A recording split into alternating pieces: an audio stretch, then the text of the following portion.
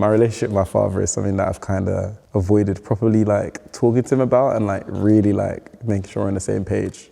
And I don't think it's fair on him, I don't think it's fair on me. Hi, I'm Afia. Today I'm about to play an intimate card game with a complete stranger. I only know his name. His name's Tito. I have not met this person. I am quite nervous, but I like doing new things and meeting new people. So hopefully this game will bring out a lot from me and a lot from the other person. It's gonna be interesting. In this game, players will take turns picking cards and answering questions.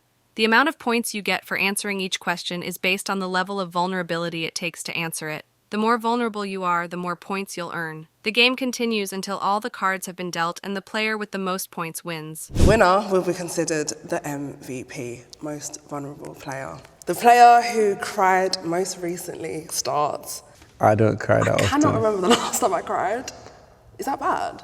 It actually worried me that I can't remember the last time I cried because I think crying is actually a good thing. I feel like I can remember moments I've cried, but they're a long time ago. Okay, we're talking this year, right? Definitely. No, then if it's last year, then I cried last. I guess I'll start then. Let's do it. Oh, you're so lucky it's green. What do you think your best friend would say is your biggest red flag? Oh, that's fairly easy. I'm never on time to things. It's not, I wouldn't say it's like a perpetual problem. Like if there's something I really need to be on time for, I'll be there. If I don't think it's important. That's worse. You joking? That is a red flag. Yeah, so you'd agree, innit? You do that. I feel like my time management definitely has got me in trouble before, but the people that love me get me. Oh, I'm scared. Let's see what we got now then. What's something you're proud of that most people don't know about?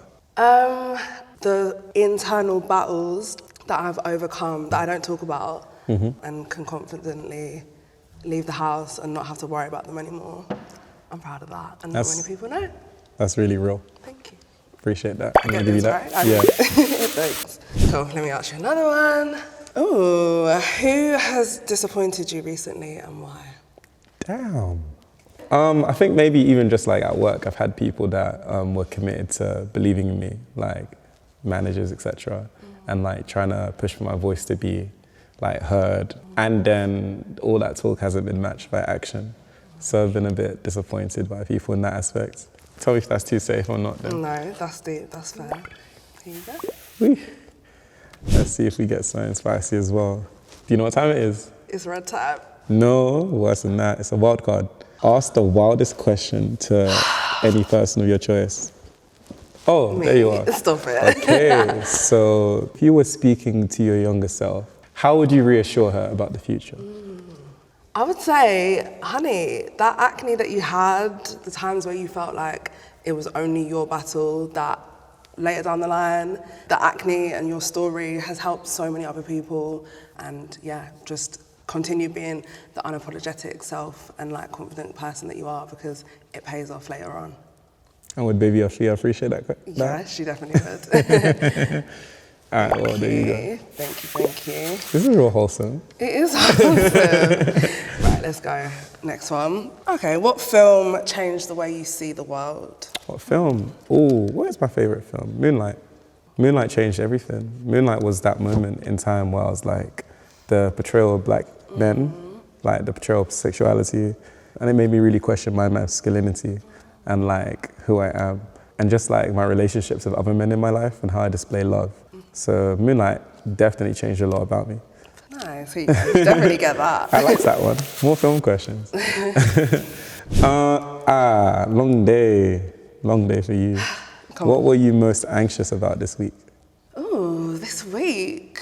Do you know what? I was most anxious to my son when you have to start paying nursery fees and all of that sort of stuff. He goes twice a week. Oof. His day was coming and he wasn't well. And the days that he goes to nursery are so important for me because that's when I'm like back to being a VR, normal me. I can, do whatever emails I need to send, just like a day to myself. And I always get anxious that, oh my God, what if he can't go that day? And I want to continue being in mum mode and I don't get a chance to have that reset every week. Because I realise I really need those 2 days to myself. That's a well-deserved red. Thank you. Cool. Your turn. What is one thing you change about your upbringing? Mom, don't listen to this one. I think the way I was raised, I became very acquainted with transience and impermanence. I became very used to people like in my life, then out of my life. Family figures, people I trusted, especially as a young person. I would say that wasn't the healthiest because even now, like, I don't necessarily see people as permanent fixtures in my life. I see them as seasons. And that's a bad way of thinking about friends and partners and people you love and care about. It's a big thing to change, but I'd just say more consistency and more just being there for young Tito. I love that. So you definitely deserve it. I hope so. Maybe work for that one. Honestly. The reason I said I hope my mom's not watching about my upbringing is because some of it would be like, Tito, you really think like this? All right, let's go. What recent experience was most humbling? I was a freelancer, and then, I mean, cost of living crisis, COVID, becoming a mum, all these different things came into play. And I was like, I think I need a full-time job. And I think a part of me thought that that would be easy to get, just apply for a couple of jobs, CV, bish, bash, bosh. But emails were just like, no, left, right, and centre. So that was humbling. I mean, I got a job in the end. Congratulations. But, that was humbling. There you go. Thank you. Well earned. Is there anything you're avoiding confronting someone about? All the time. I'm a notorious avoidant. Really? Notorious. I'd say my relationship with my dad, he's not very present at all. And I guess he tries to be, but as I've entered my older period of my life, it's not really the right time to try and start a relationship with someone. So I think my relationship with my father is something that I've kind of avoided properly like talking to him about and like really like making sure we're on the same page. And I don't think it's fair on him, I don't think it's fair on me. So I need to stand up and get that sorted at some point.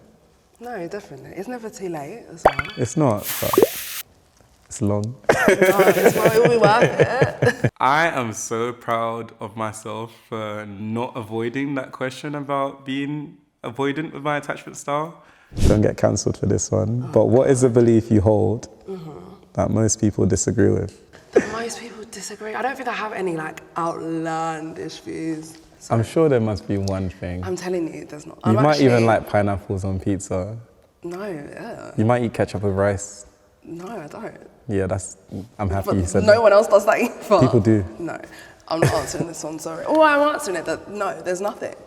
Do you know what? The question that I skipped, I wish I asked that to Tito because I feel like he's got some views. Like, what did he say? Tomato, ketchup and rice. Yeah, no, that question was for him, not me. Okay, fine, so I'm not getting the point. So where does this go? Does this hang around? Right, let's go. Who do you think you rely on the most? Oh, Soji, Mr. Soj, if you're listening, like, I feel like I can rely on you a lot. Working with me and my process, it can be real challenging. And if I didn't have Soji to rely on just to like validate my ideas, validate my processes, it would be a complete mess up. So I appreciate and I deeply like hope that that relationship continues. It will, it definitely will. That's sweet. There you go. Thank you. Nearly at the end, go on. When was a time that you remember feeling most alone?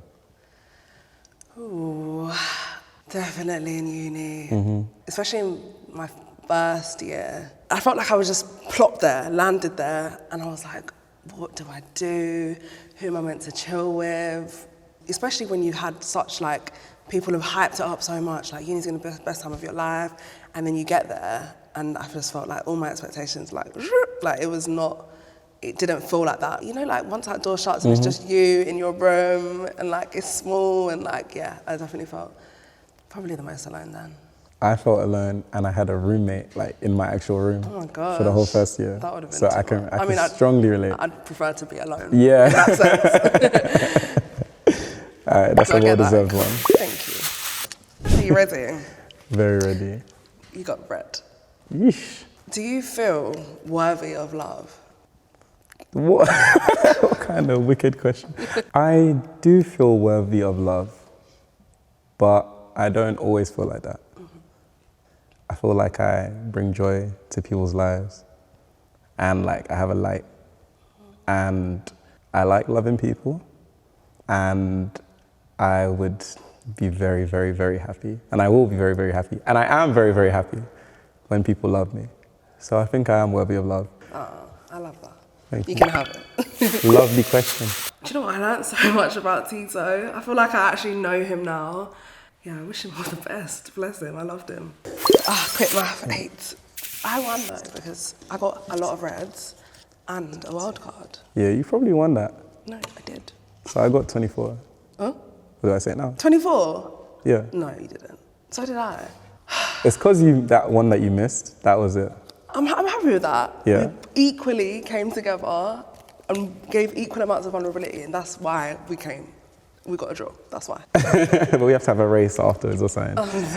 Press ups. Let's Press go. ups. Oh, come Hands here. You Show me the love. cutie. That was so good. It had questions that I haven't even thought about myself, and I think it really allowed me to not only bond with who I was talking to, but also really dig deep for myself as well. So I loved it. You never know how open you can be, but sometimes when you're with someone that you don't really know that well, there's no prejudice, there's no judgment, it's just a blank canvas and you can speak quite openly about things.